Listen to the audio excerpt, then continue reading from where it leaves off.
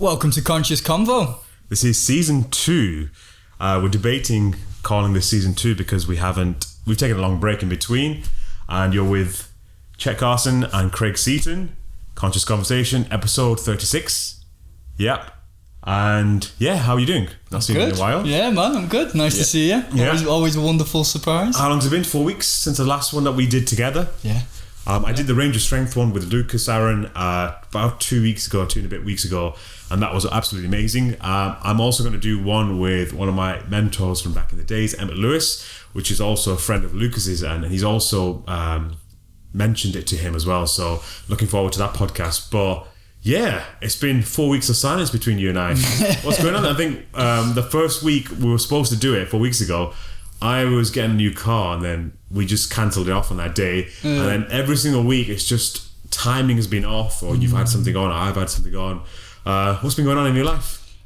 I'd say turbulent, man. It's been a bit turbulent, which isn't a bad thing. Especially the last couple of weeks, looking a lot at who I am, going into childhood traumas. You know, when that word trauma is used as well, I think it comes with quite a lot of weight.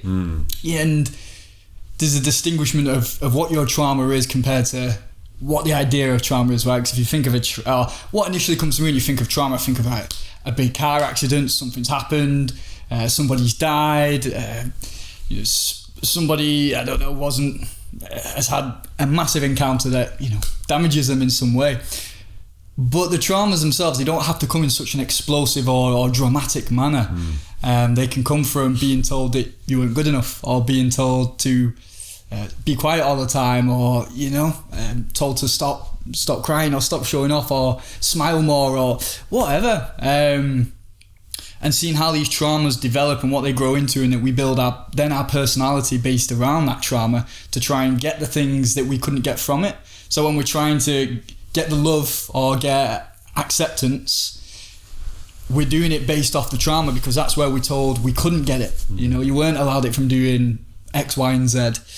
So then we create the false personality around that, and we'll still have the glitch of sorts. And again, the traumas aren't a bad thing in the sense that they can teach us how to heal, and they can also create empathy for us, and we wouldn't be the person we are if it wasn't for those traumas. But there comes a point when we go, okay, I'm enough of this pattern now. Why do I keep behaving in such a manner, and how do I remove that? It's been a really insightful couple of weeks, and it's just sped up massively, specifically last week, but the week before, just seeing it everywhere and talking to me. Every conversation was like bang, and then I'll talk to somebody else, man, and what certain shows on TV that are cracking me open, and the right music coming out, or dreams were like showing me these things. And it's funny. I mean, I'll come back to the central theme of the trauma, but in the sense of how it's not just me who seems to be going through it as well at the minute. Like other people, I put a big post out today, which was quite a personal thing. Yeah, I wanted to go into that, and the word you came out with just before the podcast was revelation. So, do you want to delve into that first of all? Yeah. I mean, with the revelations, it's the understanding of there's something new within me, something to be uncovered, which was there, and then you can shed the light on that dark aspect that's creating these habits, or what the trauma is, the wound. Rather than ignoring it, you can see what it is and why it leads to certain behaviours or certain ways of thinking and the conditioning that comes along with it. Rather than trying to externalise it so much and blaming, I think like this because society does. Yes, those elements are there, and even in the case of traumas and the ones I was looking at, blaming family members, and I had to do that in the release of the trauma, is like let out this sadness and anger. And the one I was doing this morning after I did a breathwork session yesterday, part of the breathwork course I'm doing with Steph Magenta. We do a breathwork session every Monday, which is useful because I'm always facilitating, which I love to do, but I don't really get to put myself through it that much. So getting the chance to do it every Monday is great. And I almost went straight into process yesterday, like my arms moving and just so much tension in the body, and then the mudra is coming out, and all these, the magic that happens when you let your emotion be expressed through the body, because the body's housing all of these emotional traumas, or just emotion anyway. It's the home to all of it, right? So to get into that and release it, it's been creating these revelations, and as I said, the synchronicity of seeing things around and all just at once, it's too hard to ignore. And it's the choice of what do we do with that. Do I continue to ignore it or stay in ignorance and not realize it's there? And that's where that's why it's so beautiful to do this work, inner child work or trauma work, because you will change how you think and feel and your reactions and responses to things. And yeah, it's been mad, but amazing. It's been powerful. Yeah. So going into that revelations, there's an interesting word that you mentioned. The word revelation, what does it actually mean? Most people usually associate it with the biblical word of revelation. But also I was thinking about the Matrix, where you had the original Matrix, you had Reloaded as a second one, and then the final sequel was to finish the trilogy was Revelations, which is almost passage into the new world, or passage into the new you, or maybe even going back to the past, rediscovering that long lost child. So I read your post this morning and I was like, well, it's interesting you're mentioning all these things, and we were just talking about it before the podcast, before we went live.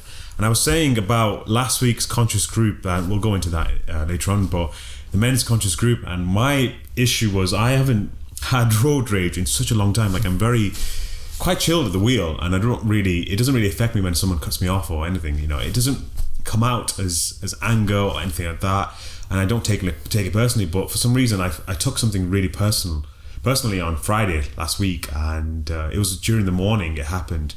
And my reaction to it, I immediately realized that my reaction to it was caused by something else, a frustration or lack of understanding in something else in my life. I haven't fully figured it out, but I figured how to discharge it.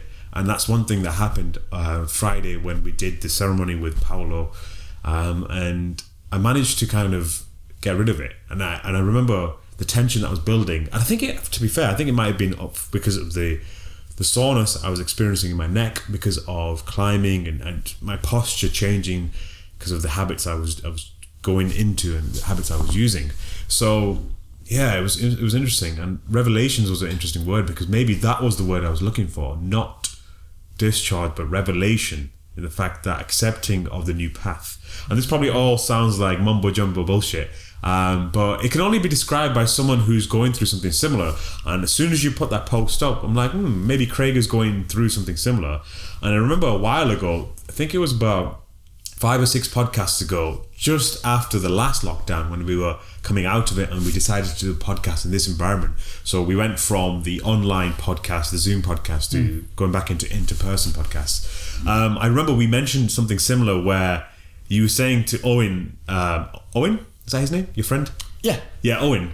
Oh, is it Owen? I don't know. Oh, Mickey. Mickey Owen. Yeah. I don't know why I remember his surname. Yeah, when you were saying to Mickey that, when Mickey mentioned that something in his life wasn't going well, and you're like, thank God, like, you're saying that, because I feel like sometimes in my life when things are not going well, I put myself down, or you always think I see a particular version of you, Craig, and you might see a particular version of Mickey, but you never get to see the other side, the frustrating child that comes out, or someone who's struggling with something. And it's nice to acknowledge that you're going through that as well, which sounds really weird, but I'm guessing where we are right now in terms of the word revelation, again, it's based on what we've gone through in the last couple of weeks. And one thing I noticed is the reason why we said this is season 2 of the new podcast series is we've taken a long break. And to be fair, from my side of things, I definitely needed it. I think it was a moment to listen as opposed to a moment to just talk. And I remember that process of coming out of the last lockdown back in early to mid-August, and going straight into teaching. From there till the recent lockdown 2.0, I just felt like I was just talking, teaching, and it was just a never-ending story of just listening to myself saying the same thing over and over again. And I just needed that break in between. So I think this break in between our podcast was a blessing, and it came at the right time. And I think I just needed to listen as opposed to actively speak all the time. So yeah. Yeah, seeing these movements in life about where we're at, and again, getting the message of what's going on in nature. We don't even have to look at it that way, like what's going on around you. Are we getting frustrated and angry on the time? Okay, is it the world? You know, that's making us angry all the time. Are we sad all the time? Is it the world? Yeah, things are going on, but it's always within us that we're having that feeling and a response to it. You know, some things can be innately sad, but it's the clinging on to that sadness and then seeing it everywhere else that's us. That's us that are doing that, and you know, it's paying attention to that surrounding. Just going back to what you said about, you know, seeing the post that I did today. I did another one the other day about watching the end of Mr. Robot, the TV show. Yeah. Incredible, man. So much good for trauma release, for me personally at least. I was talking to my friend about it, Lou, and you know, she's had a really deep journey through her life, and we were talking about darkness that is portrayed in the media. And I have this like kind of resistance towards it. Like I accept the light and the dark, and you know, moods change, and I'll feel one thing and feel another at times, but it's having that solid grounding. And the darkness has to be there as much as the light. The yin and yang explains it all. Yeah. They're there, you can't get away from it. And it's not to reject it, but it's to be able to work with it. And sometimes I just get so strong in resistance against bad shit that's going on, you know, how the world is, how people treat each other. And then it puts me at this point where before I know it, unconsciously, I'm like, I hate all that stuff. Or I'm like, so much disdain for the negative or the dark side. And it just throws me out of balance, and even worse, it makes me reject myself. Right. You were mentioning a friend before who struggles to talk about, you know, his issues or how he feels about things, and I completely relate to that because it's difficult when you reject the dark side of things. So it's how do we integrate that? Because when you can accept, you know, the issues that we have or things that we've done in our life, when you can start to accept them and understand we've all done something to some degree, or there's elements of us that are hurt and wounded, and that's why these things occur, that it's much easier to open up about it. It still takes time, it really does. Yeah. But the insecurities around the traumas are able to come forward, and that's where the healing occurs. It doesn't mean we have to go out and shout about them. You know, not everybody has to do a post, but you said before you only see that one side of me. You know, we're very good friends, and it's still how much don't we know about each other and what's going on. And not, you know, there are some things that are private for sure, but if you can't hold those things privately and there's been no work done, then that's the point to discuss, right? With the person that you can do that with, or even just writing a letter or whatever it is, just getting something out to bring it to light and knowing that you're not alone in those feelings and where you are. And for me to express my sadness and my anger, it's a massive thing for me because of my traumas.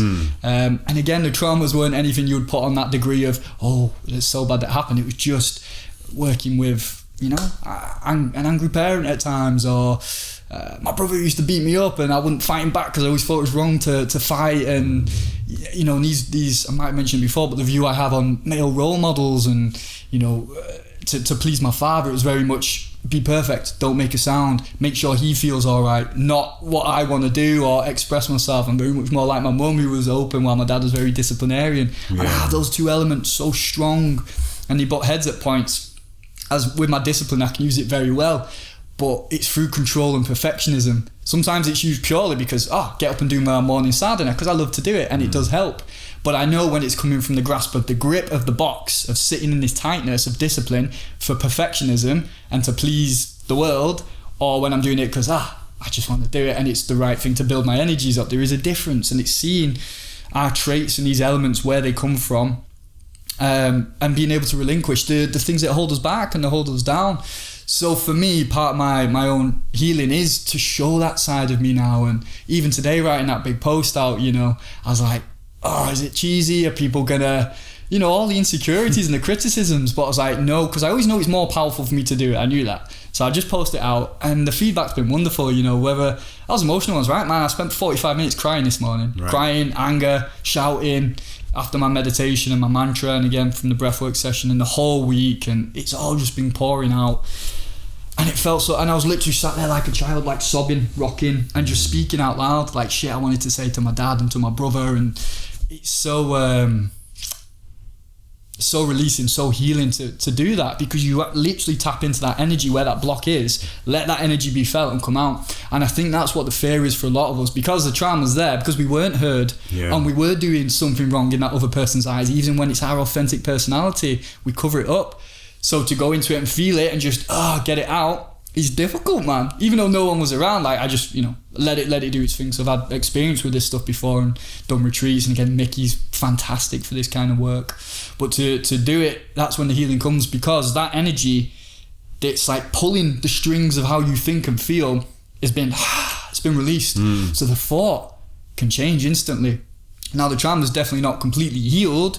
I don't think it heals in one session at all, but you can do a good amount of work in that one go, and you go, that felt great when I was crying and screaming and shouting and saying these bad words about certain people, because it's the inner child. It wants to be heard and felt. That doesn't mean it's, you know, true or how I should think about those people.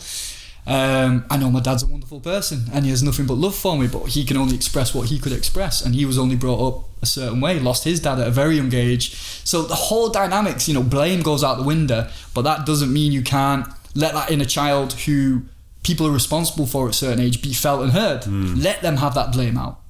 But once it's been released in that space, or you need to have a conversation, do it if you're in a stable mind to understand the process, and it's not going to hurt somebody and then scar them again. You know, at the same time, you're not there to just project. Yeah. But it's to have it in a safe space, which could be with a therapist, might not be with the person. For me, I'm capable to do it on my own, and then I can write a post about it, or write some poetry, or draw a picture, you know, something that helps the whole healing process. And the freedom's there, and then the energy comes with it, and my body will start to shake and move as the trauma comes through the physical body. And fantastic process, man. And yeah, and tying that into the dark stuff on media and whatnot. And we were having this conversation, me and Lou, about what the limits of what should be shown in media, what's healthy and what isn't, like what's really dark. We were watching Meet the Millers. I don't know if you've seen it. It's just a silly comedy film.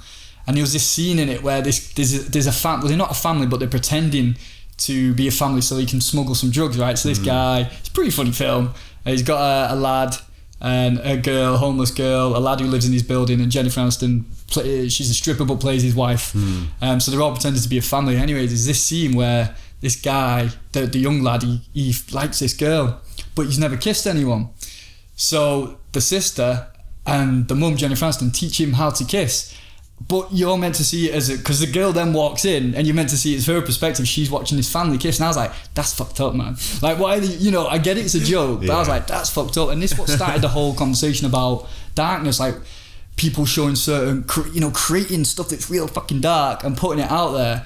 It goes into people's minds on a certain level and can activate stuff, or make somebody go, oh, you know, I'm not saying in that case somebody's going to go think about incest or stuff, but whatever you're watching, whether it's dark or murderous, it can do things to people's psyche, right? Even in an innocent way.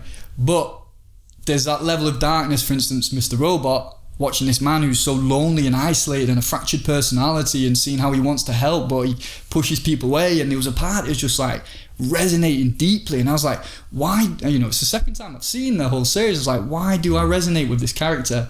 Blade Runner, the second Blade Runner, if you've seen 2049, Ryan Gosling, and that the lonely kind of guy who's just trying to get on with his job and do right, but can't sort of connect, but he's still doing useful things, but the life becomes empty. And I was like, fuck, I feel alone, I feel disconnected. And there's times when I've recognised that in the past, but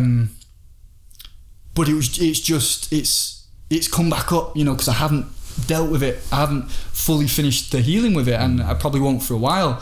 But it's the recognition of that and seeing, okay, why do I feel alone? And I was looking at that and seeing the inner child version of me just didn't feel that love or that support or that authenticity to be who I am. And I'm 32 and it's still in me, you know, and it's in a lot of us, if not all of us, besides those who've gone in and really done the deep work. And it's like, this is a main part of my journey. And to go into so the darkness can heal. The darkness is individual of what you need to see or talk about depending on where you are. Some people might need to watch real dark stuff to get the healing, not getting pleasure from it, but a connected kind of way. So I think that depends on the level of the individual and where they are and where they can consciously go to understand certain levels of darkness. Different from that joke, which I thought was pretty sick in that film, as in sick as in not nice, but again, maybe somebody finds a connection to that, I don't know. So it's really interesting to see how we have these lenses of what's right and what's wrong, and then going into the whole of darkness and the real bad stuff in the world and the real good stuff. Whatever it is good, there's dark, and it's like not judging, but knowing what's right for you and where you are. More so importantly, to clear it within yourself, because that's where the real healing is.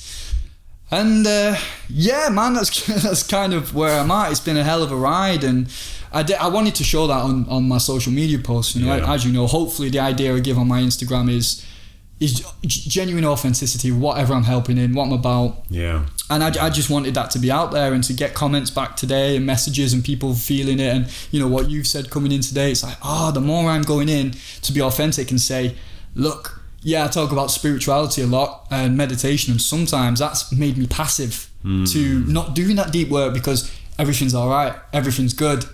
Yeah, but why do I still not feel connected? Why am I still angry at these people? And why do I see people, male role models in the reflect of what I got from my family? Why is that still there? Why do I still have these certain feelings towards women or towards people in high society? Like, all because of trauma. So it's like the healing of acceptance of things, but doing the work from within for ourselves. So I just want people to, I thought if I can put that out there and show people it's okay to open up, not that they have to do anything, because I did it for me, man. Like, I put that post for me, but at the same time, if it can help, great, fucking, you know, it's there if it can help. Yeah, so you've pretty much summarized everything you've been going through in a very clear way, because it's very difficult to bring all that out unless you've addressed it. And I think you seem like you've pretty much you probably haven't fully addressed it, but you pretty much know what you want to do. It's so interesting that you talk about this, because I was just thinking about it.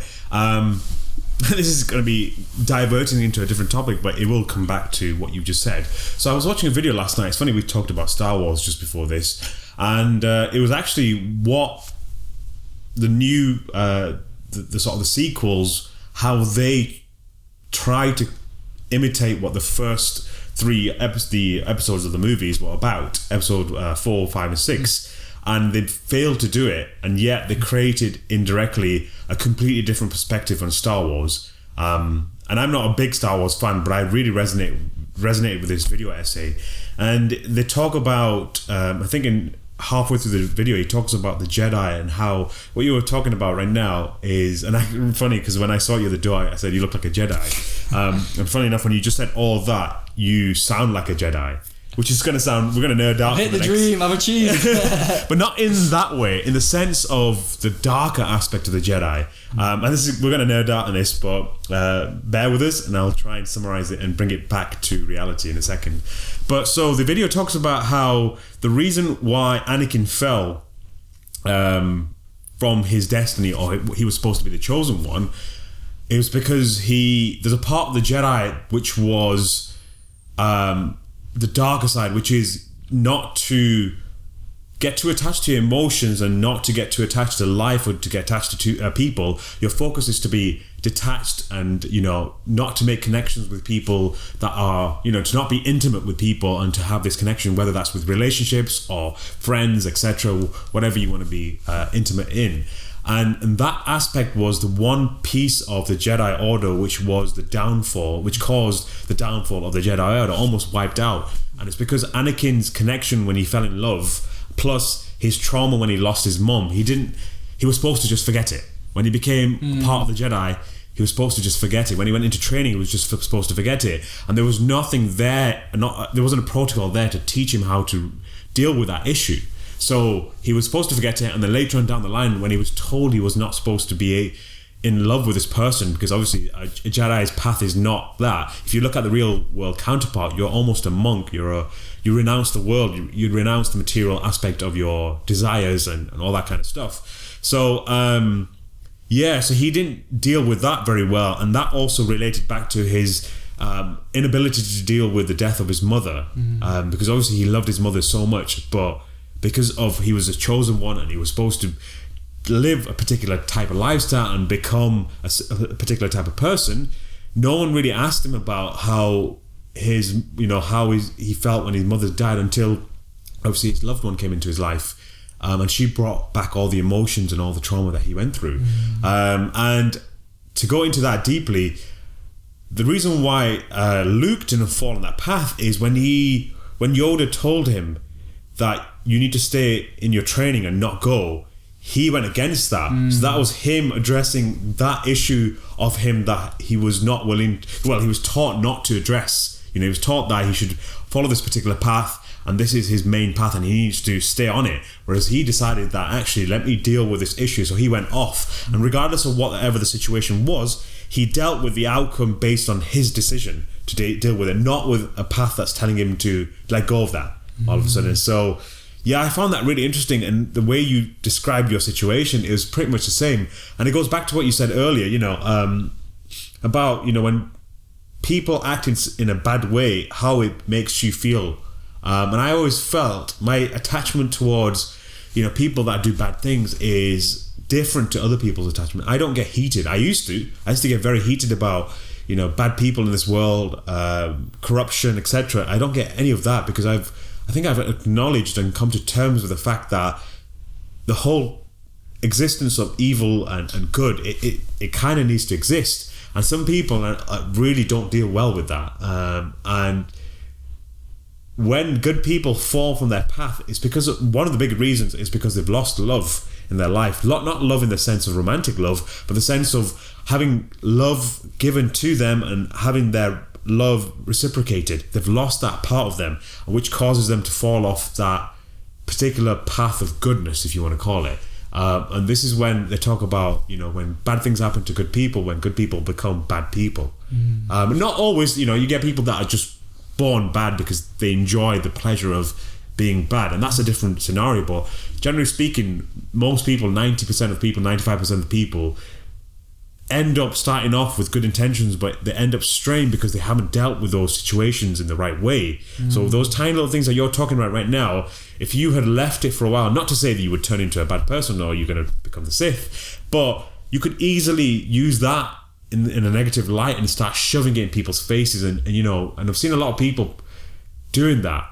And I don't want to point names out, but I've seen good friends of ours on Instagram now turning towards a darker side and projecting that good intention in a bad way and shoving it in people's faces and saying this is wrong and this is this and these guys are dickheads and look at who I am and look at these guys, compare these guys, everyone else is wearing masks, look at me, I'm not wearing a mask. And I was looking at that and thinking, that's what's happening to this person. So he's got this really amazing intention of doing this for the right sort of frame of mind, but the way he's projecting it is done in such a negative way, and this is why people can't relate to that. People hate when someone shoves something in your face and says, do it this way, regardless of whether it's the authority or whether it's from an individual. If you're shoving it in people's faces and saying, this is the path, you're going to go wrong. And I can see that happening in him. And he said something to me last week. He said, I asked him about a particular thing and how he felt about it, and he's kind of change his approach to the way he feels about it. I know it probably sounds very abstract because I'm not going into detail,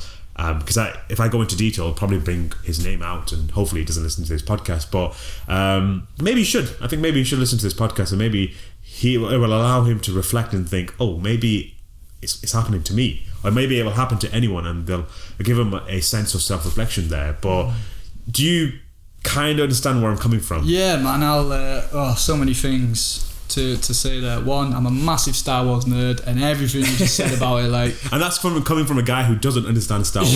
Oh, you nailed it so well. I think what's important to say, just let's make a mental note on how you just ended that, because I'll come back to that. But yeah, like when that difference between Anakin and his son Luke, how they handled their traumas or what they had to do, and it was completely about the backgrounds. Anakin didn't have a father figure. He was a slave. His mother, took him away and then died and all that. And he was told to suppress the feelings. And like Yoda said to him, he's too old to do the training. But Qui-Gon's like, no, he has to do it, kind of thing. Which was right, but it would have been Qui-Gon who had trained him, because he was more of what they call the grey Jedi. He understood the dark side, not shied away from it and not tried to kill it. While the Jedi, the reason the Order fell was because they were stuck in old ways, which were not with the modern times. Hold principles, but change with what's allowed, which is why, like, Luke in the extended stories that aren't in the movies created a whole new Jedi Order where they could have partners and they didn't have to, they could have romantic connections. And like Qui-Gon was a big fan that they helped you understand love more and be connected to nature. I watched that My Octopus Teacher last night. Yeah, what do you think of it? This guy, man, Abs was in tears. She was crying at the end of it. And it was so beautiful. Most incredible animal documentary I've ever seen. You know what? Again, I don't want to derail too much, but just how when the octopus is getting attacked, and we were like, should he have helped or not? And the original thought is he's staying away because nature's doing its thing. But I'm like, man, you're nature, you're a part of that. Yeah, don't interfere too much. But you created a bond with that thing. Yeah, but at the same time, that octopus might not have got that the lesson that it needed from the same thing. So it's really tricky, right? Really tricky in nature. Personally, I think I would have kicked that shark in the head and be like, leave octopus alone, motherfucker. Like, it was, But that ties in with Qui-Gon's decision to stay passive when it came to, Anakin, as opposed to Obi-Wan, who was a bit more, hands-on about things. And yeah, it's a really good relation there. Sorry to cut you off, but it just made me think of the symbol of yin and yang. So when you look at the... I'm going to nerd out, but the Jedi and the Sith, and you look at the yin and the yang, the black and the white, it's the representation of the two dots of the opposite colour that is not represented in the Sith and the Jedi, whereas Qui-Gon was the one guy, maybe there's an equivalent on the Sith side, but Qui-Gon was the one guy who encompassed the entire symbolism of the symbol of the yin or the yang, because he had a bit of the other side. He understood that in order to stay grounded and in order to not fully fall into the other side, you still need a part of the other side, and in order to understand it. The recognition of the dark side within us, and this is, I think, where the trauma work is so difficult, because we don't want those parts. Like with my friend Lou, I was really passionate about and angry at the time, and this is why the whole week, not just her, but conversations with Sarah and Abs and my friend Ben Pye at the weekend, his girlfriend, and then I've been really sociable, and I'm not normally like that. Like, I love being around people and talking, but I never see that many people in 1 week, and I kind of let them come to me. But all of it, everything was a lesson, man. And it's like these points where you can see it. Why am I meeting all these people at this time? Why am I bumping into this person? And why am I watching this? It all coincided so abruptly that I couldn't ignore it. But yeah, it's seeing that dark side is in us, and if we don't talk about it, we end up doing an Anakin and seeing the faults everywhere, because they're not. And to be fair, he's right to a degree. They're not accepting it. They're not allowing the dark side to be there. And based on your traumas, where they'll go, they'll take you to a certain point. And it's like, I could see it in my own life, that strive for perfectionism and the hardcore discipline is because I'm trying to please my dad. Like, I'm still trying to do it for him. And then how I'll see other older males is like, I have to be this way to get them to accept me, because I never felt accepted by him. And whether that's true or not, again, it doesn't really matter. It's just what the little version of me felt and could see. It's fascinating, and it's going, that darkness is in me.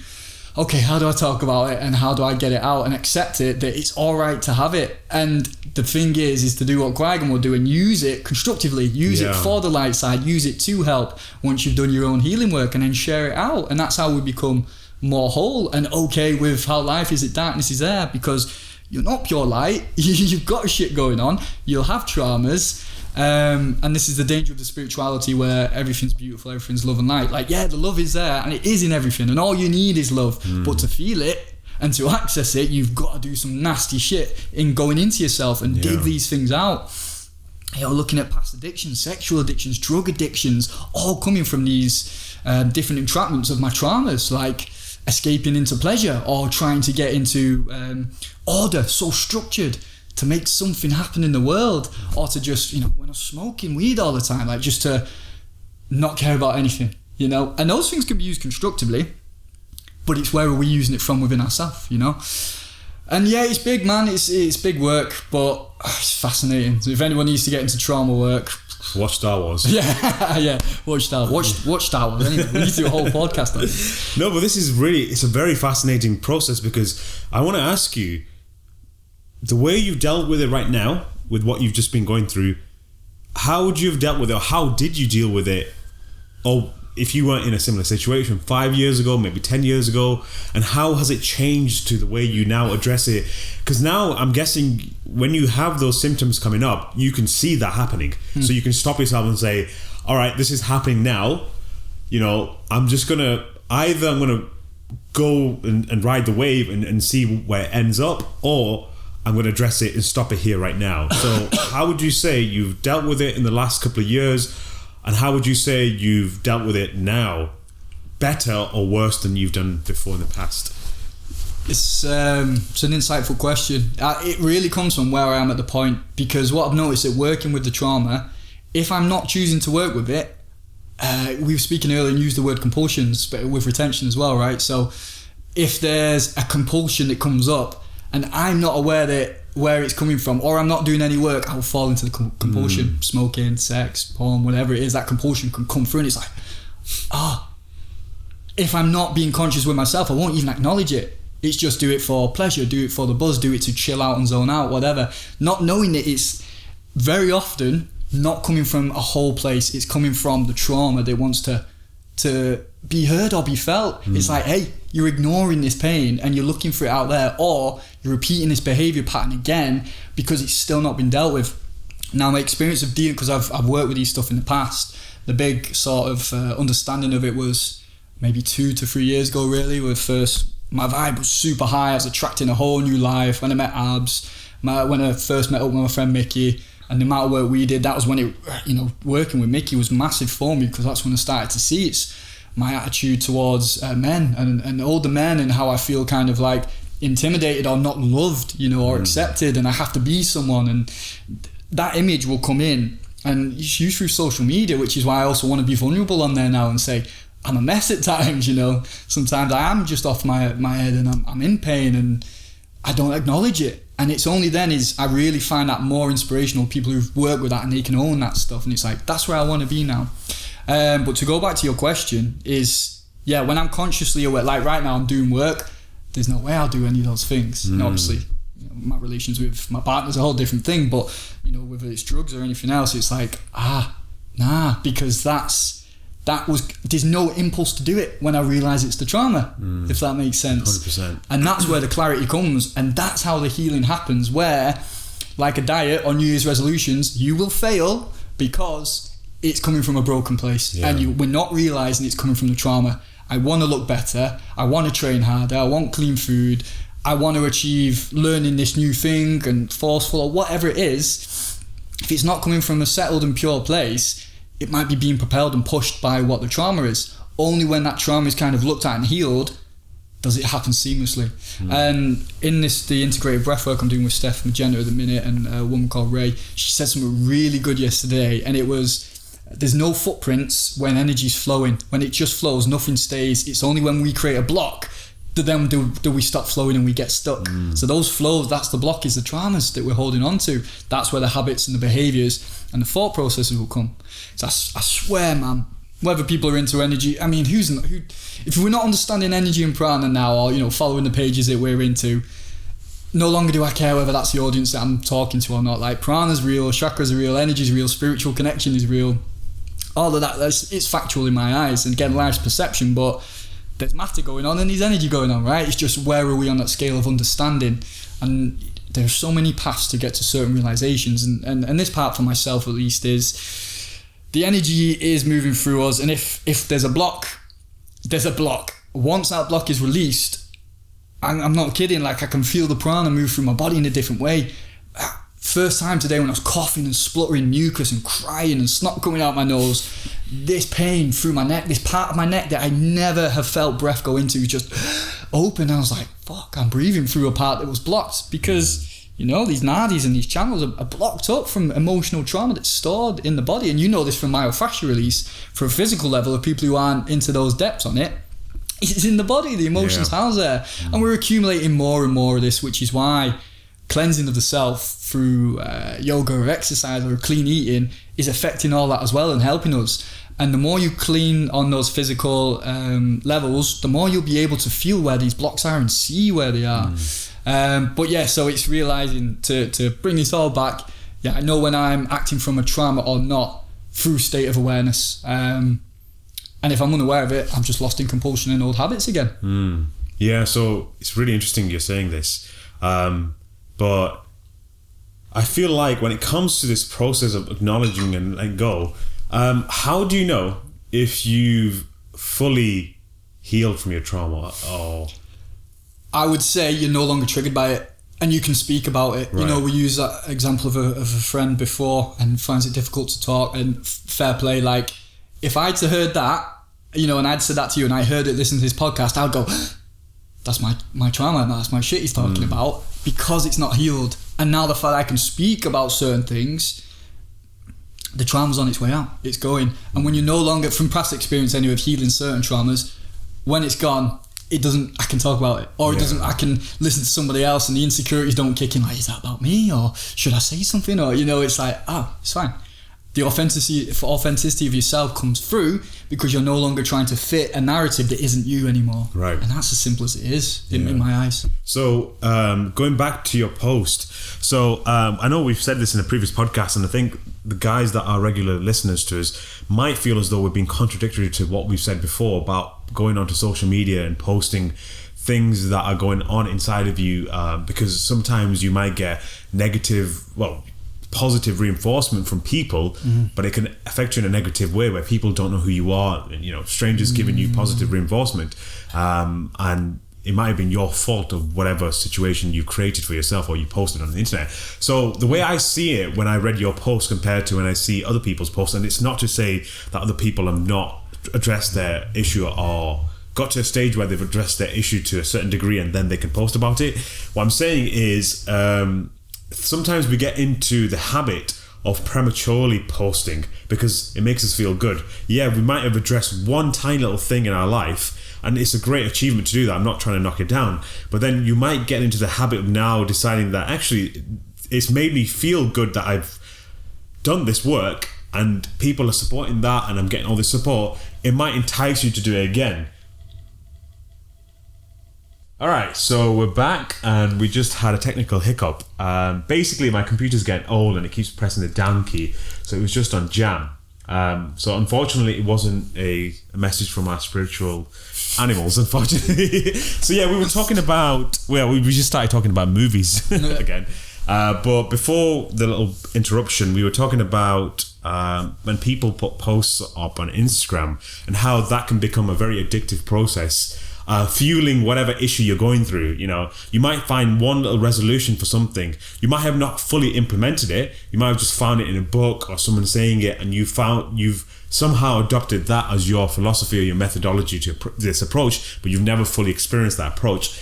And that's what I wanted to say. I think that is still very dangerous. Again, it's that fine line between, have you fully let go of your trauma, or are you masking it through this understanding of it from someone else's perspective?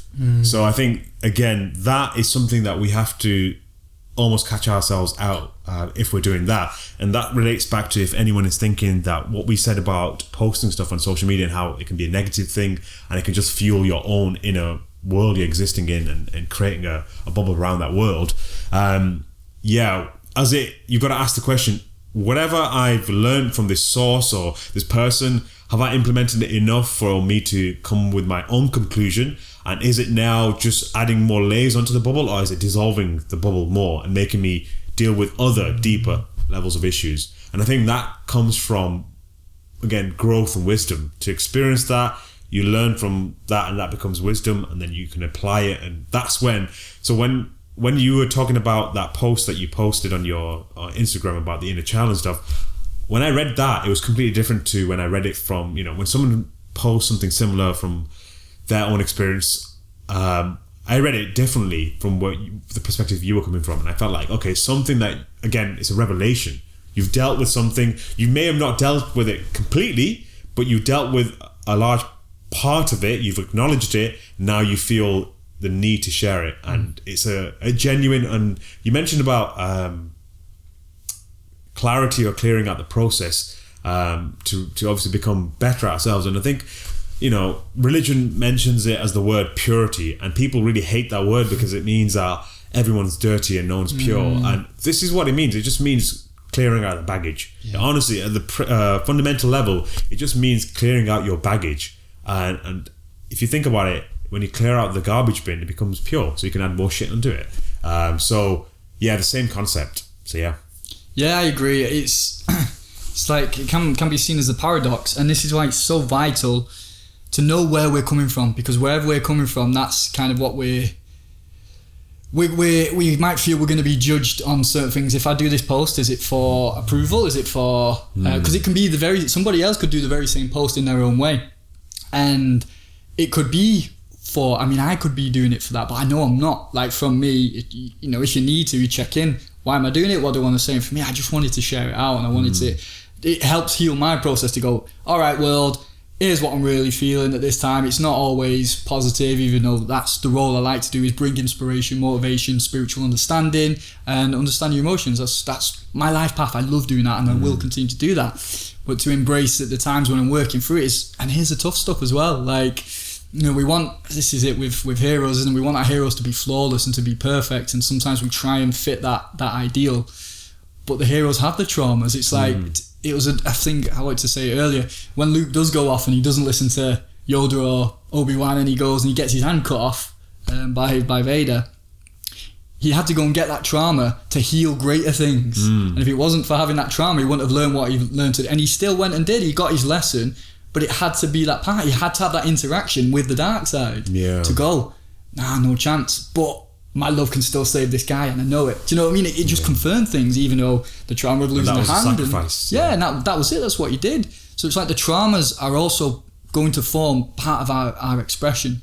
And I know a big part of my healing is my genuine expression, not just the stuff that I love, like meditation or spiritual teachings, or, you know, the stuff that I do love putting out there.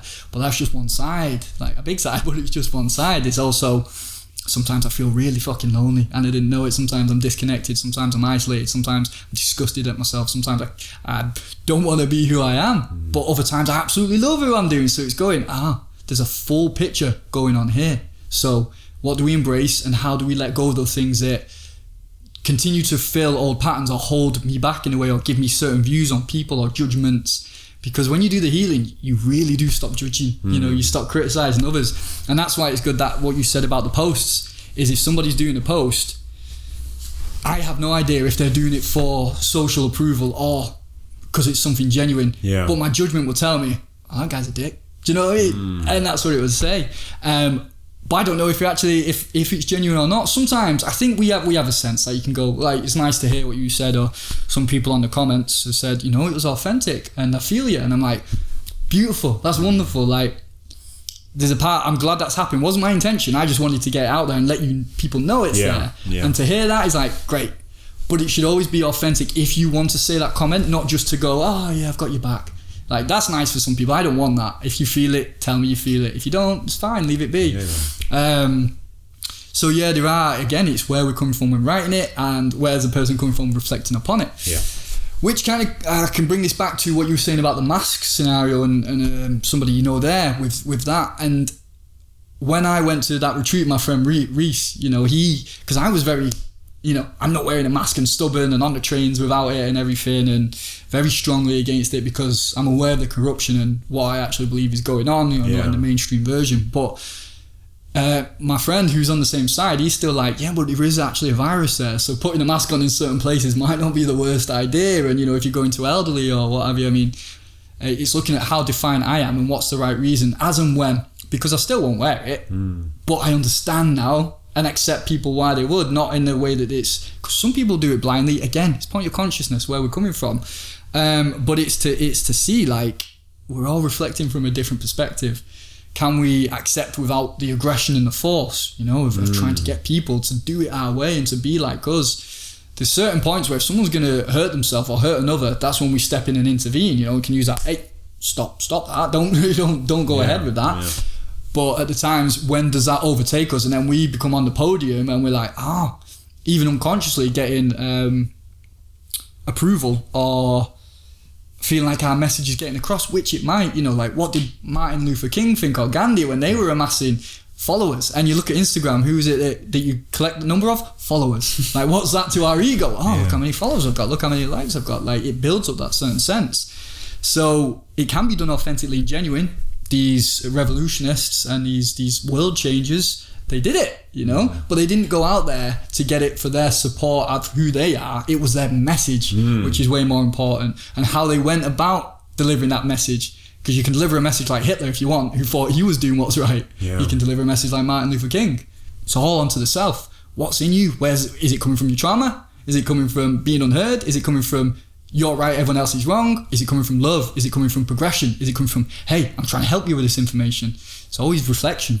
Yeah, so again, it encompasses the idea of the Jedi and the Sith. You can take it, I think everyone starts off as a Jedi, everyone's on the right path and they're young, and then something in their life, maybe early on in their life, they might witness a murder or rape, might witness their father beating their mother or their mother beating their father, and something now creates a blockage. And again, we call it trauma, and that manifests into something later on in life or as soon as possible. So you jump onto the bandwagon that I hate a particular group of people. I hate all Jews all of a sudden, and now I've become Hitler. And originally that might just be, I hate that one Jew, the way she's treated and dealt with my grandmother in hospital, and now because I hate that one Jew, instead of, and I don't hate Jews, I'm taking the perspective of Hitler, but from that might manifest into thinking that this entire race of people need to be eradicated. And again, see, people will say, well, that is just one extreme. Not everyone's going to do that. True, not everyone's going to do that. But you've got to look at the size of the population. We've got 7 billion people. About 50, 60 years ago, the population was less than half. So now the population is growing and more people are coming into this world. There are more people, more chances of situations like that happening again. So you might not think it might not have ever happened to me and this and that, and you might go through your own little bubble and think, the world I'm living in it'll never get to that extreme. But you are creating tiny little, forms of that in your own life. So going back to that person, my friend that was just recording people that were wearing their masks and saying, ha ha ha, these guys are just sheep. For me, it comes from a sense of, I'm on the right path. I found the right path because no one else is on the same path as me. I'm a Jedi, you're not. Yes, you're all on the wrong path. And you need to convert. So it's going back to, it's like that. Mate, what a great way to say it is. It's like extremism. My religion's better than yours, or my spiritual path's better than yours. And with it, all those paths they're just exaggerating those personas of ourselves. It doesn't have to be religion. If we're doing it in one form, we're doing it in one form. It's just religion's the easy one to go to, but we're doing it with masks, or whose knowledge is right and whose information's wrong. And it's like, this is the right way for me, so everybody should be doing it. And I've felt that before loads of times, and it's like, oh wow, it's not helpful, even though what you found's helping you, so go with it and spread it in a nice way. Yeah, definitely. And just to add to that, so how would you try and teach this person, or maybe not even teach, how do you get him or get her to self-reflect on this idea without feeling as though you're without the person thinking you're being patronizing or you're being condescending? Maybe you can't. It depends. Honestly, man, again, like we're all saying, it's the topic of the day. Maybe it's an easy way out, but it depends on the individual. As I said, when I went on that retreat with Reese, he's a straight talker. He tells it how it is. Sometimes very forward with it, but he's always packing truth, in one way or the other. And even if that's going to hurt you a bit, sometimes that's good, and that's what it's needed to break your ego down. So there's stuff to take from that. If you can take it, if that person can go, all right, I'm going to listen to you, and if that person can hold space for your anger, and you're like, what are you talking about, man? Why are you saying that? Do you know what I mean? And that's when you've got a good friend. If there's something going on with us, we can talk. And for us, our demeanour is quite calm, isn't it? And chilled, and we bounce off each other. It's like, so we always have that level of respect. We'd never be out to hurt each other and say, man, think about, why did you say that? Because it doesn't even, that's an easy way, just asking, why do you think that? But do you think this? And what about? Just in a gentle manner. And it depends on your relationship. Sometimes you just, bang, it needs to be cut. But that's not everybody's role, and you've got to be really conscious if you're the type of person who can do that. Because that will just reaffirm their ideas. Yeah, they'd be like, well, you've just proved, Samuel L. Jackson proved to Anakin why he has to go to the dark side. He's about to kill the guy who said he can help him. And that was a time when Samuel L., Mace Windu in the film, was he went against his own ideals because he was going to kill him without a trial, kill the Emperor without a trial. So Anakin thought, right, that's it, I'll stop it, and use that to then do him off. And it's like, if you're turning your ideals against it, or you're not fully transparent or open, it can just be a mess. It's just going to explode because you can reinstall it again into that person. So it's difficult, and nobody wants to hear it really. But unless you're on the path of opening and compassion and trying to understand, you can take things from people. It's like, if I'm angry at somebody or they're discontinuing my information, that anger is me I'm feeling that anger because I don't accept their view, even if they're right, or even if they're wrong, or even if I know some facts that contradict what they're saying. Well, do I? You know, like how well do I know this stuff? If another perspective of the world can see it, can I bring that allowance, maybe not agreement, but allowance, and then say, let's have a conversation about this, and you'll get somewhere then. But if you can't, and you're just feeling that angry and this is wrong and this is right, you've still got anger. Anger can be used well and constructive, but understand it's yours. It's not the world's. Yeah, so I've had the same encounter with a lad that comes to the conscious men's group that we do on the Friday. Older guy, he's a vegan activist, and we were just talking about how a few of us, the guys, were saying, you know, sometimes in the world we just need people like Bill Gates or Donald Trump. You need these people because to recognize who you are in correlation to where they stand, and you know, you might think they are the epitome of darkness or evil, you know, and again, that's your perspective of it. But you need that in order to find the contrast, which is, I need to make sure I don't become that. But people do it in such a negative way. It's when people say you should fight fire with fire. And I would say yes and no, because that creates a bigger fire. It doesn't extinguish either of the fires, it just creates a bigger fire. The two fires come together, causes more destruction than anything else. You know, how many lives are lost when two countries are at war? You know, more people from both sides, good people from both sides, bad people from both sides suffer as well. So sometimes, again, it's the approach that you go with. And maybe, you know, some people feel as though, especially in this world, the passive approach, if one person's passive, the other person is aggressive, that approach never really works. So how do you find the middle ground? How do you become the assertive person? And I always say, to become the assertive person is to go into that side and say, why is this person coming from this perspective? And have I ever done that in my life? It might not be with the same scenario, but have I done that in my life where I've become that same person? And once you've seen it in yourself and you're capable of seeing that you can be that person, that's when you realize, that's when I think humility is manifested in a person, is when you understand that same anger, that same hatred towards people that destroy the planet, etc., exists inside of you. You can be just as bad as that person and have those extreme views, but in your way. You might feel as though, you know, the best way to help animals out is to kill people or damage the property of people that have these centers and, you know, abuse these animals, but you're just becoming part of the problem. It's just someone else will have to take you out as well. You know, so at the end of the day, all you're doing is creating an extreme, almost an archetype of yourself, and letting people say, well, this person is now this, is representing this. So how do we go about it? How do we stop that happening then? How do we stop becoming Darth Vader? I think people are to play archetypes. Like you so well said, Donald Trump or Bill Gates, and what's going on. Like, the reality is they're there, and these people are there. Now, Mr. Robot in one of the last episodes says something really good. It's like, you know, you start off with your morals and your boundaries or your good intentions, and you have these rules. I will not cross this line. And we spoke about the Joker sort of thing before. Funny, that was in my dream last night as well, actually. But it gets to a point where you'll be in a situation where it's life or death, and it's connecting again. An episode of Mandalorian. Hashtag spoiler alert. You're gonna have to watch it now. It's season 2. Well, there's a bit where, and again, if don't know if any of the people we watched it, but this would be about the latest episode, so switch on the next few minutes if you want to hear. But he's always about keeping his mask on, right? And it's 2 seasons in. And the conversation is one of the guys that he's speaking to says, there's no difference from us, even though they don't get on. It's just we have our rules and our values because we're from different planets or cultures, up until the point where we have to do something. And anyway, in the episode, eventually he has to take off his helmet to get something, to get his kid back that's been kidnapped. Yeah.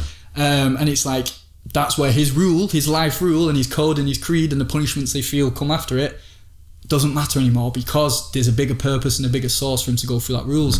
Mr. Robot, he has to do some real dark stuff to get a more beneficial result for everybody at the end. And it's like, we have these moral guides and these compasses, and we can feel proud about that, which is the problem. You know, people look at pride as a good thing. I think there's a healthy amount of self-respect and belief in what you can do, but pride is about, I'm comparing and I'm in a mode of comparison. Yeah. And when we're doing that, like, you haven't been tested enough. You don't realise how dark you can be, or you will do if you're in that scenario. And Jordan Peterson talks about that so well. He's like, if you don't know that you can bite either you're always going to be placid and timid, and people will take advantage of you, and you won't be able to get anything done, or you'll feel moral and upright because you've never had to get your hands dirty or explore that side of yourself, because god damn it, do you have it? Everyone does. But it's just how well do we know ourselves, and have we ventured into it? And yeah, that's massive. It's knowing know that you can buy, but and then you'll never have to. That's what Jordan Peterson says. Show your teeth, but you'll never have to use them. Yeah, I mean, it's similar on point, but to go into like those elements of darkness, it's easy to be like, oh look, I'm with my crowd and my people and you're all wrong, because you're not on that side, and you haven't had the upbringing they've had, or they might not have the same knowledge or information, or it's hard to see these things. Yes, stop destroying the Amazon, stop messing things up, as we spoke about before, but don't go around with a gun shooting the people who are doing it. Like, it doesn't work that way, because we're still inciting that feeling and that energy into the earth. It's a crazy one, man. So to go back to how do you stop people becoming Darth Vader, you can't. It's just, where's that person and where you at during that interaction. Life's relationship, it's all relating a shit. We're on a path and we're in everything with relationship. So if you're the one to help that person in your manner, we don't need to go, right, I need to address this person, the only way they know is through force, so I'm going to go into force. Or maybe it awakens that part of you that wants to challenge that person to see if your own views are assertive enough. And that can never end, because then you might just want to find that in everything. So it's like, is it your battle? Is it your conversation to have? And if it is, do it the right way. If it's not, this one isn't for me, As I said with the protests, they're not for me. I've done the protest thing and I didn't find it very fruitful. In fact, it turned me against thinking what the freedom fighting was for, and this was years back. But now I'm on the extreme side, or what might seem as extreme, maybe it's not. I'm glad people are protesting, but I don't feel called enough to be there. I'm happy to still be doing my thing. If it comes to a point where there's like, you need people out there because something's going down, then I'll be there, but currently there's enough doing it. And to me, I'm not taking a back seat in that regards, because I'm for what the protesters are for. I believe in that. But it doesn't feel like my role, not through laziness or passiveness. So there's always understanding where we are and who we are in these things, and if you're needed or not as well. Yeah, I think it's because we discount individualism. I think, and again, it might seem like very abstract again, but I'll try and go into detail. So I'm going to try and loosely tie in with a question again. So this question is asked to many people over the years. You've probably heard it as well. So, create a scenario, you've got a time machine, and relativity works in the movie way, which is if you go back in the past, you kill someone, it changes the future, right? Not in the multi-parallel universe theory. Let's go back to the real basics. Not Avengers style. No Avengers style. Bill and Ted, Back to the Future style. Or Rick and Morty style, where there's infinite amounts of universes, which is basically what life probably is. But let's go to the streamlined linear path. You went back, and you had the opportunity to kill Hitler in this scenario. And people think, why is he jumping onto this topic? But I'll try and bring it into everything we've just talked about. So you've got a time machine, you can go back, you can kill the child version of Hitler, and it has to be the child version. Yeah. So not a adolescent Hitler where you just want to slap him around, just shoot him there, but child version Hitler, innocent still. Would you go and do it? And I think this was actually a study from what I remember. And they asked this to a large group of people to see what their answer would be and why. Why would you do it? And some of the stuff that people were saying, it was actually scary, really scary to find out people's answers. And I want to ask you that question. So, Craig Seaton, current Jedi, what would your answer be and why? Can I phone a friend?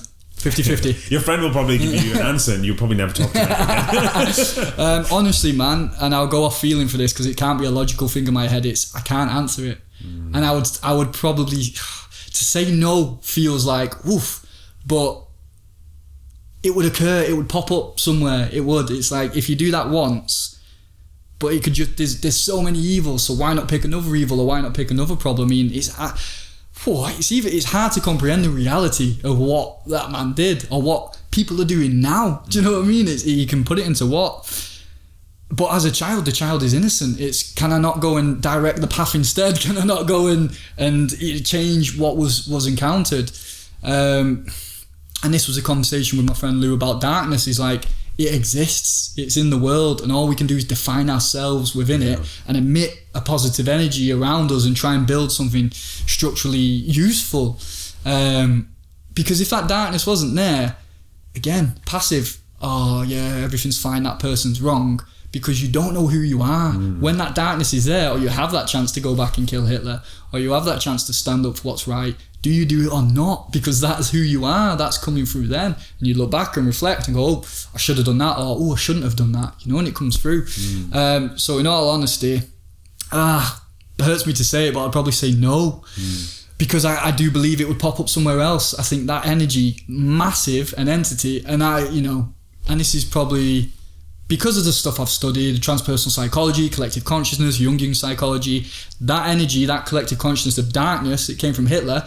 Not just Hitler, normal civilians will come out somewhere else. Yeah. Cultural karma or world karma or whatever. I believe that. So my beliefs would say no. And I would struggle to kill until I'm in that situation where maybe my life demands that I kill. Yeah. Like the thing with veganism. Oh, if you're on an island with a cow, would you eat it? Yeah. I'd get to the point where I would. I think animal cruelty and eating meat for the sake of eating meat because you're hungry or, because you like the taste of it is ridiculous. Yeah. And I'm not accusing. People eat meat fine, that's where you're at on your journey. My personal view is I have no need to eat life forms. Yeah. But what about vegetarians who are alive? Yeah, but as Alan Watts said in an interview, you don't hear them scream or they don't have as much sensation as animals. There's a line, isn't there? There's where you draw that line. No rights or wrongs, figure it out for yourself, understand your level of compassion and what you think and feel. Do what you want, but what's beneficial and what's going to bring things up. But yeah, that's to killing a cow on an island. You could pose that same phrase into would I kill baby Hitler, and no man, I don't think I would. Yeah, I think my answer is exactly the same for both of those things. So I've had this question asked to me throughout my life. You're in a desert scenario, you see a lizard crawling by, haven't eaten anything for 10 days, what'd you do? I don't see food. Sorry, I just don't see food. And it's not because I'm all up there and this and that. It's I don't know if it's different for a person that's never tasted meat before, but we just don't see it as food. And I know that my family would be the same. My friends that are growing up in the same environment would be the same. It's because it's like getting a cow in that scenario and asking it to survive. Will it eat another animal? Probably not. Most times, you can usually tell the reaction from an animal from its true sort of nature. Sorry, mate, if I could just interject there. We're talking about one species that can naturally consume the other species, right? So a cow wouldn't eat a cow. I definitely would. Would I eat a human if no? The But a cow dead? would not eat a lizard or another animal in that scenario. I think they're not meat eaters at all, are they? Because we're like omnivorous. Would we have a different biological setup to how that works? Yeah. It's like that's what I mean by because I've never tried it, and we've come from like 7 generations worth of people who've never tried it. Would it be a natural instinct? Probably not. It's a natural instinct not to see it as food. Whereas if someone has previously consumed it and given it up because of ethical reasons, moral reasons, etc., now in that situation when it's life and death, would they do it? And again, it's not me judging anyone for it, but yeah, it's an interesting question. And going back to the Hitler thing, I agree with what you said. And especially with the energy thing, I really do believe, and it's not just from a belief of reading it, whatever, it's experiencing it. So I was in a situation many years ago, and it's not to that extreme, but I remember 2 kids in school were fighting, and they had a series of fights. It was one fight and then another fight and another fight. Pay-per-view. Basically, yeah. And they did draw the crowd, to be fair. They probably should have charged. Selling tickets. I should probably mean the person selling the tickets. But yeah, I think after the first fight, it was stopped and they were disciplined for it.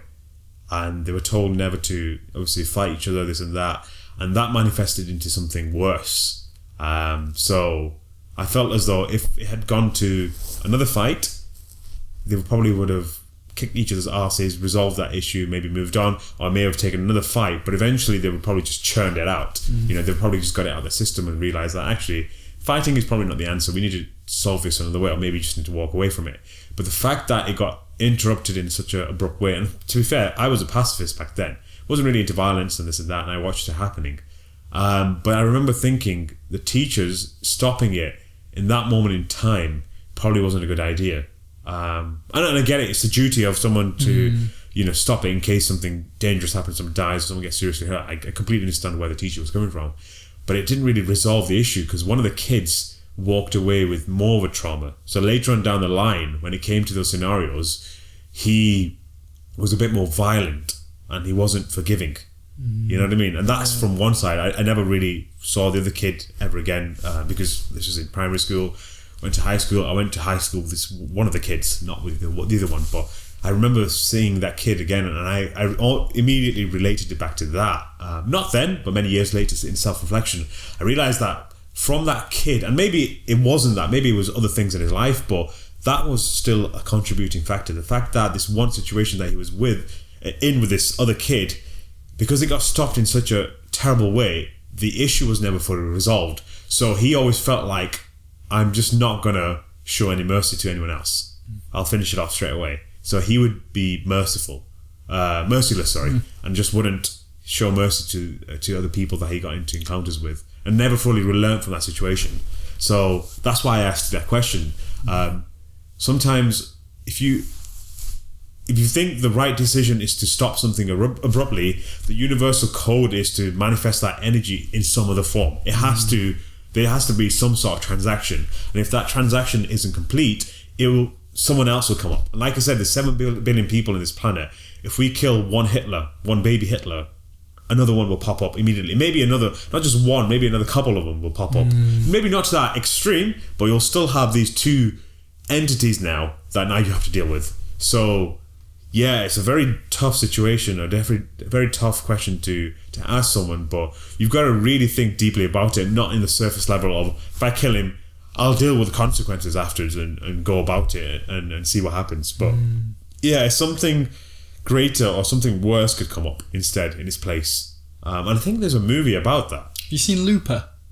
No, the time travel one. Bruce Willis and what's his name? Joseph Gordon-Levitt. Really good. That's a great time travel film. Right. So based on this scenario then, really? Yeah, I recommend watching that. It kind of goes really cool into it, actually. I will avoid talking about it because it's a great revelations that come with it. But yeah, it's, if you can go back and do things different, you don't need to go back and do things different. You need to learn from what you did or what you didn't do, and then you will change. You change the past based off that, or you just keep repeating it, or you dig yourself into a hole, or you resent other people or whatever it is because you've not rectified it within yourself, which is hard, which is difficult, which is the topic of trauma. Which is a revelation. Yeah, that's where the healing is. Yeah, and I think that's probably a great place to wrap up. Yeah, that was a good way to tie it up in a sentence there. So yeah, again, this was a topic that really wasn't,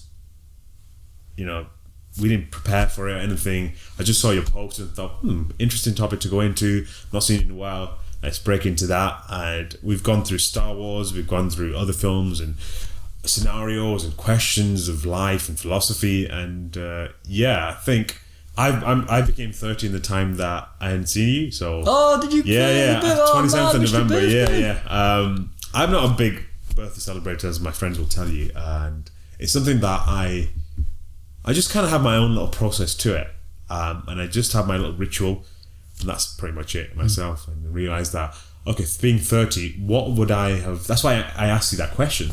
What would you have done in your 20s, mid-20s, early 20s, maybe even your late teens, that you would now do differently? And obviously, the way you've dealt with the situation and the way you've posted about it, it comes from a completely different light compared to the way you've done it previously. You might have done it with the same intention, but it would not be fully resolved, or you may have not gone through the process of healing that trauma in the way you've done right now. So yeah, perfect. So podcast 36, season 2, episode 1, and maybe I'll call it season 2, episode 1 instead of 36, but maybe that'll confuse people. But yeah, podcast 36, usual places. I haven't done it in a while, but iTunes, Spotify, YouTube, as always, watch this shit, and Instagram for the preview.